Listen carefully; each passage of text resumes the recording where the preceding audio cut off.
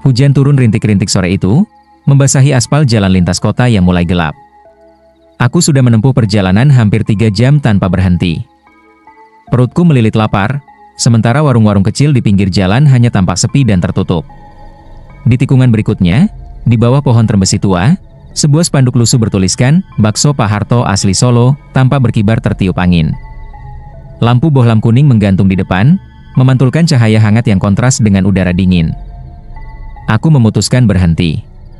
Warungnya tampak biasa saja. Bangku panjang kayu, meja formika, panci kuah mengepul di atas tungku gas. Aroma kaldu daging menguar, membuat air liurku menetes. Seorang pria parubaya berkaus polo abu-abu menyapaku ramah. "Monggo, Mas, silakan duduk," katanya sambil menuang kuah bakso ke mangkuk. Tidak ada yang janggal, semua terasa seperti warung bakso pada umumnya. Namun begitu aku melangkah masuk, hawa dingin yang berbeda menyergap, bukan dingin hujan, tapi dingin yang menusuk sampai tulang. Bulu kuduku tiba-tiba berdiri tanpa alasan. Sesuatu dalam diriku berkata, aku tidak sendirian di warung ini, meskipun mata kasat melihatnya ramai pelanggan. Aku memilih bangku dekat jendela, menghadap ke jalan. Sepasang suami istri duduk di seberang, menunduk serius menyuap bakso mereka. Di ujung lain, ada 3 orang sopir truk, tertawa pelan. Suara sendok beradu dengan mangkuk, suara kuah mendidih di panci, semua terdengar wajar.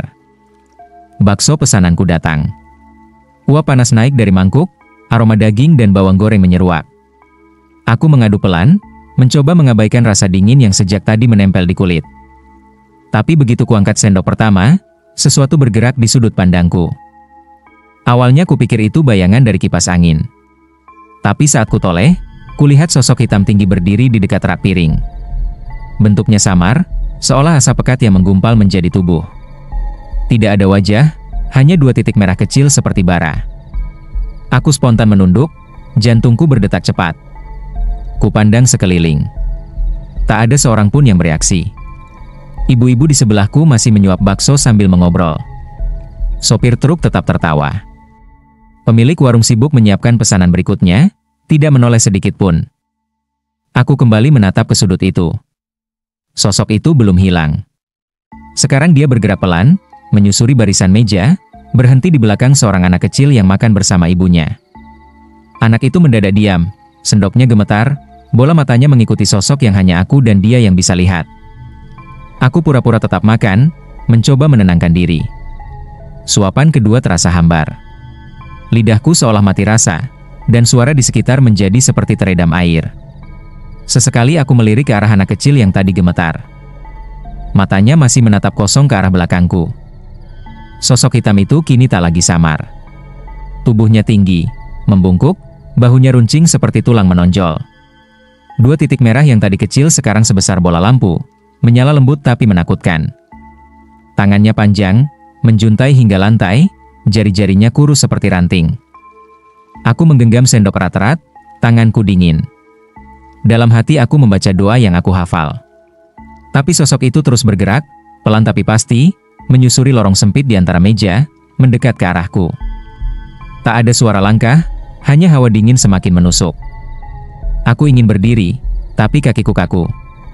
Dari ekor mataku, aku melihat tangannya menyentuh bahu salah satu sopir truk. Lelaki itu tetap tertawa, seolah tak merasa apa-apa. Sosok itu kemudian menoleh kepadaku, atau lebih tepatnya 2 bara itu kini tepat mengarah ke mataku.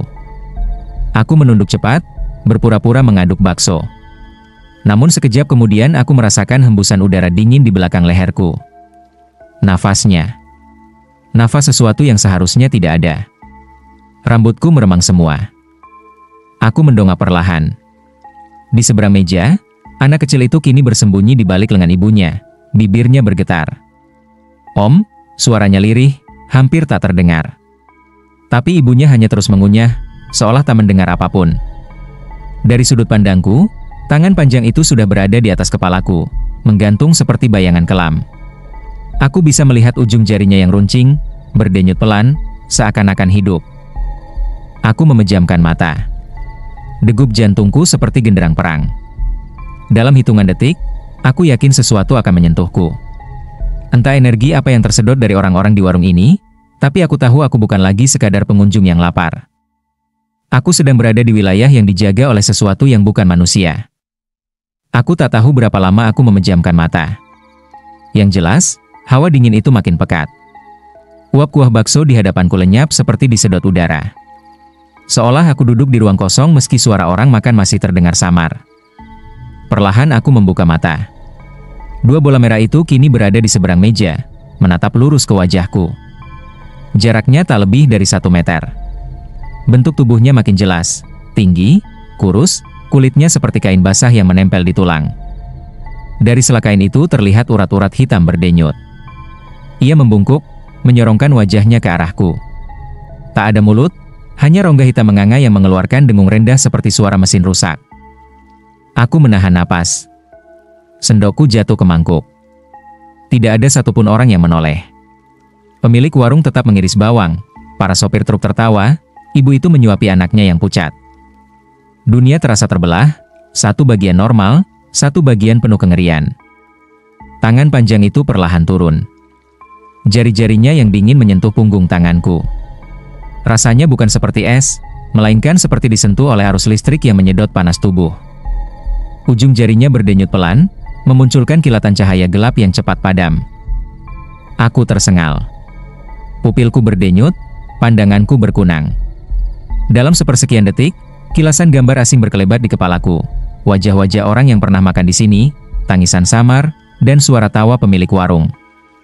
Aku tersadar bahwa makhluk ini bukan sekadar hadir, ia sedang menandai. Aku ingin berteriak tapi suara tercekat. Tubuhku hanya bisa gemetar. Makhluk itu terus menatapku, seolah menunggu sesuatu. Dari sudut mataku, anak kecil tadi berdiri, menatapku dengan ketakutan. Bibirnya bergerak tanpa suara, seperti berkata, "Jangan lihat."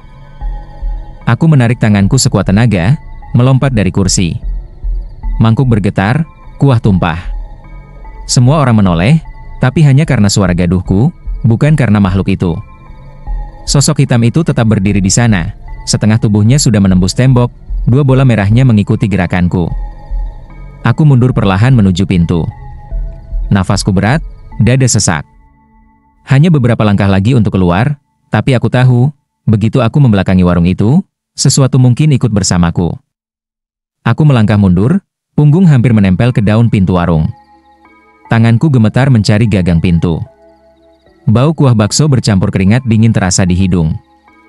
Semua orang di warung kembali sibuk dengan makanannya, seolah aku tak pernah membuat kegaduhan. Hanya anak kecil itu yang masih berdiri kaku, menatapku dengan mata membesar. Sosok hitam itu tidak bergerak, tetapi kedua matanya tetap mengawasi, merah menyala di sudut ruangan. Aku merasakan tatapannya menusuk hingga ke tengkuk. Gagang pintu akhirnya kutemukan. Aku menariknya pelan. Bunyi engsel berderit lirih, tapi suaranya terasa membelah kesunyian. Udara luar yang lembab langsung menerpa wajahku. Hujan gerimis masih turun. Jalanan di depan tampak lengang, hanya cahaya lampu jalan yang redup. Aku menjejakkan kaki keluar 1 langkah, 2 langkah, berusaha tidak berlari. Di belakang, suara sendok dan mangkuk kembali terdengar normal. Seolah yang baru saja kualami hanyalah mimpi. Aku menoleh cepat sekadar memastikan.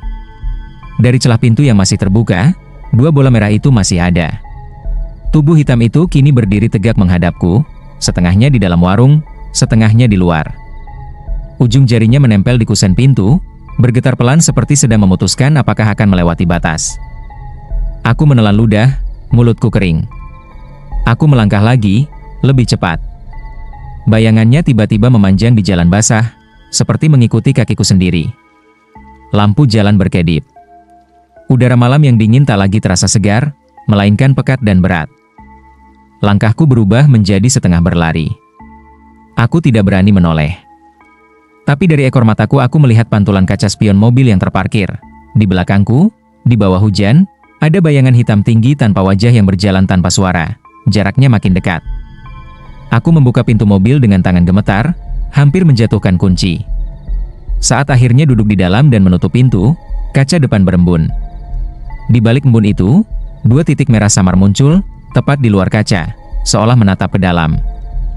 Aku memejamkan mata rat-rat. Mesin mobil kuhidupkan. Suara hujan menutup semua bunyi. Tapi entah kenapa, Di telingaku masih ada dengung rendah itu, seperti mesin rusak yang terus mengikuti. 2 hari setelah kejadian di warung bakso itu, aku masih belum bisa tidur nyenyak.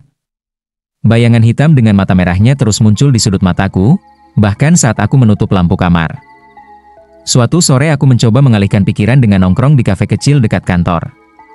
Di sanalah aku bertemu Bayu, teman lamaku waktu SMA. Kami sudah lama tidak bertemu, dan pertemuan itu terasa kebetulan yang aneh. Obrolan awalnya ringan. Tapi begitu aku menyebut nama warung bakso tempat aku singgah kemarin, wajah Bayu langsung berubah. Tangannya yang memegang cangkir kopi mendadak kaku. "Kamu sempat makan di sana?" Tanyanya pelan, suaranya seperti turun beberapa oktav. Aku mengangguk dan mulai menceritakan apa yang kulihat. Sosok tinggi hitam, mata merah, udara dingin, anak kecil yang ikut ketakutan. Bayu hanya diam mendengarkan, sesekali mengangguk, matanya kosong. "Aku pernah kerja di sana," katanya akhirnya. "Waktu kuliah, aku butuh uang tambahan. Aku jadi pelayan beberapa bulan." Ia menelan ludah sebelum melanjutkan. "Aku yang nemuin sesuatu." Ia bercerita, pada suatu malam warung ramai sekali. Ia kehabisan lem tangan untuk membersihkan meja. Melihat ada lem di atas kulkas dekat dapur, ia pun mengambilnya. Lem itu menutupi sebuah wadah kecil berisi bunga, kemenyan, dan potongan daging mentah, sesajen yang disembunyikan. Aku langsung tutup lagi. Badanku merinding. "Aku gak berani cerita ke siapa-siapa," katanya. "Aku takut kalau aku yang jadi tumbal." Besoknya aku langsung berhenti kerja. Aku mendengarkan dengan tenggorokan kering. Penjelasan itu seolah menjahit semua kepingan pengalaman kemarin. Warung itu nyata, pemiliknya manusia biasa, tapi ada sesuatu yang menjaga tempat itu. Sesajen itu mungkin hanya simbol yang terlihat, sedangkan apa yang kulihat, entahlah.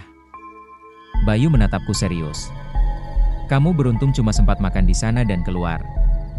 Kata-kata itu menggantung di udara. Aku menatap cangkir kopiku, tangan masih gemetar, membayangkan 2 bola merah yang mungkin sedang mengawasi dari jauh. Pesan dari cerita ini adalah agar kita selalu berhati-hati dan waspada ketika singgah di tempat yang belum kita kenal, betapapun terlihat biasa dan ramai, karena kita tidak pernah tahu praktik atau kekuatan apa yang bersembunyi di baliknya. Sikap ingin tahu dan naluri yang tidak enak seringkali menjadi peringatan bagi diri kita sendiri untuk menjaga jarak, sehingga keselamatan tetap terjaga. Cerita ini juga mengingatkan bahwa kesuksesan instan yang dicapai dengan jalan gelap seperti pesugihan bisa membawa konsekuensi mengerikan bagi orang yang terlibat maupun orang di sekitarnya. Demikianlah akhir dari cerita ini. Terima kasih sudah menonton sampai akhir. Jangan lupa like, komen, share, dan subscribe channelku agar tidak ketinggalan kisah-kisah berikutnya. Wassalamualaikum warahmatullahi wabarakatuh.